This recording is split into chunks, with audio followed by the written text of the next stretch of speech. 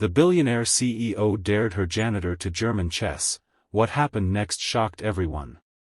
It started as a dare, a careless, arrogant challenge thrown across a marble floor shining so perfectly it reflected the ego of the man who owned it. Nathaniel Crown, the billionaire CEO of Crown Enterprises, was known across New York as a man who conquered everything: markets, companies, even people. He was ruthless in business, polished in interviews, and terrifyingly efficient in boardrooms. To him, kindness was weakness, and empathy was a word people used when they lost. But that morning, something different was about to happen. Something that would break the walls of pride he'd built around his heart. "Play me in German chess," he said, his voice echoing in the vast glass atrium of his corporate tower. "If you win, you can name your reward." His employees chuckled nervously. They thought he was joking. Who would he be daring? Another executive? A rival? No. He was looking at her, the janitor. Martha Jones. A woman in her mid-40s, with quiet eyes and calloused hands that had scrubbed the floors of Crown Enterprises for 7 long years. She looked up from her mop, unsure if she'd heard him right. "Me, sir?" she asked softly. "Yes, you," Nathaniel said, a smirk playing at his lips. "Let's see if the mop queen can handle a few pawns." A few people laughed. It was cruel laughter, the kind that makes your stomach twist. Martha's face flushed, but she didn't look away. She just nodded once, her voice calm. "I accept." No one expected her to. Later that afternoon, a mahogany chessboard was placed in Nathaniel's top-floor office.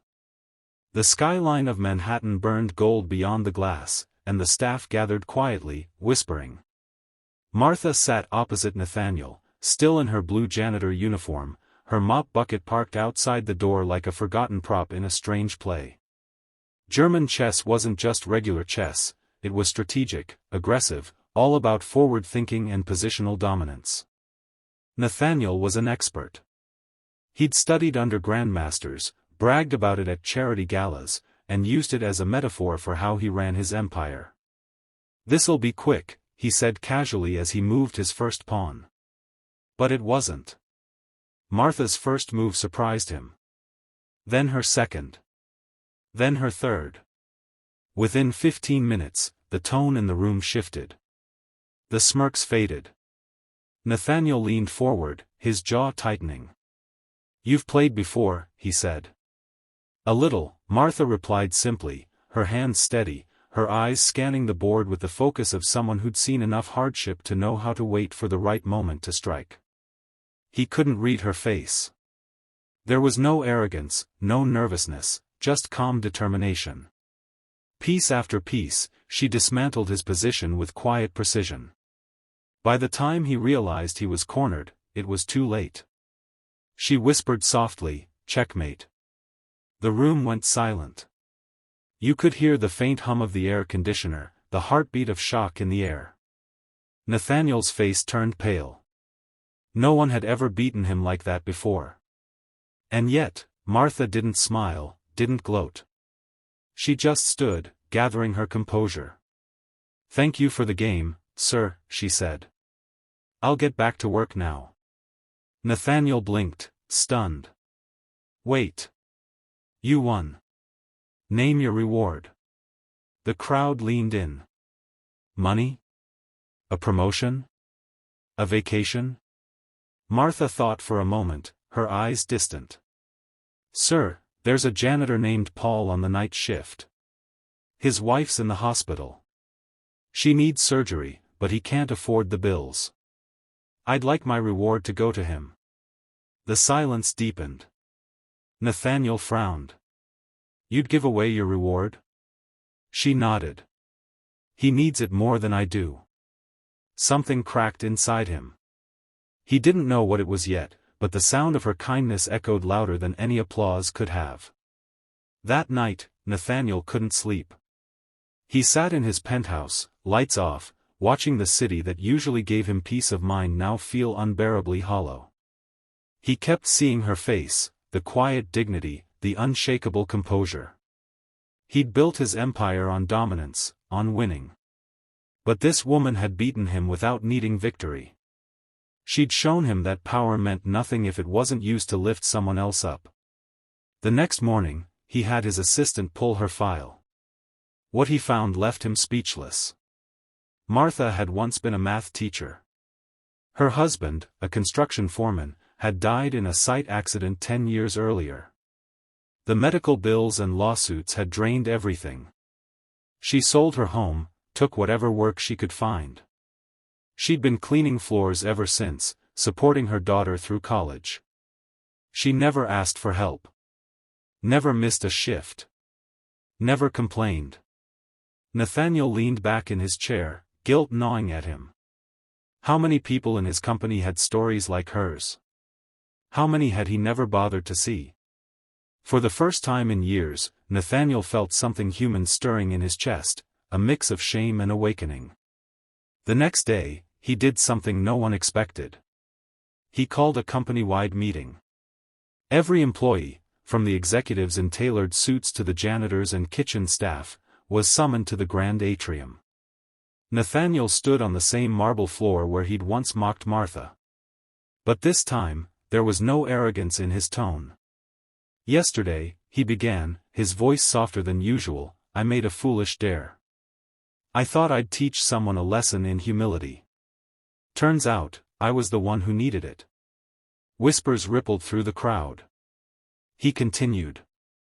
Martha Jones taught me that intelligence isn't defined by title. And kindness, real kindness, is the rarest form of wisdom. He turned to where she stood in the crowd, wide-eyed and humble. From this day forward, Martha will head our new employee well-being program, focusing on the needs of every worker in this company. Every department, every floor. Martha shook her head slightly, overwhelmed. Sir, I don't. You've earned it, he interrupted gently. You reminded me what leadership really means. Applause erupted. Genuine, thunderous applause. Even the executives who'd once looked down on her clapped with emotion. And then Nathaniel added, the company will also cover Paul's wife's surgery in full. The atrium exploded in cheers. Some people cried openly. For the first time, Crown Enterprises didn't feel like a corporation. It felt like a family. Weeks passed. But the story didn't stay inside the building. Someone posted it online. Billionaire CEO dared his janitor to German chess, then got schooled in kindness. It went viral. News anchors smiled as they shared it. The public loved it, not because of wealth or scandal, but because it was about humanity. About how one small act of humility could spark change. Crown Enterprises' image soared, but Nathaniel didn't care about that. What mattered was what happened inside the company.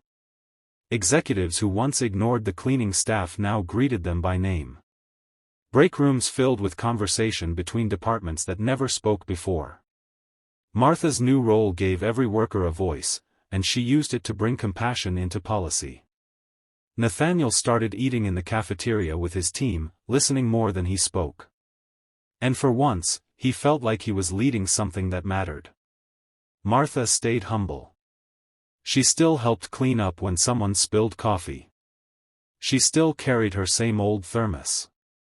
But people saw her differently now, not as the janitor, but as the heart of the company. One afternoon, Nathaniel found her in the break room, helping a young intern with a math problem. He smiled. You know, Martha, I've been thinking. She looked up, half amused. That's usually dangerous, sir. He laughed. Maybe. But I was thinking of something you taught me. And what's that?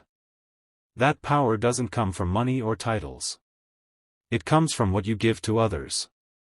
She smiled softly.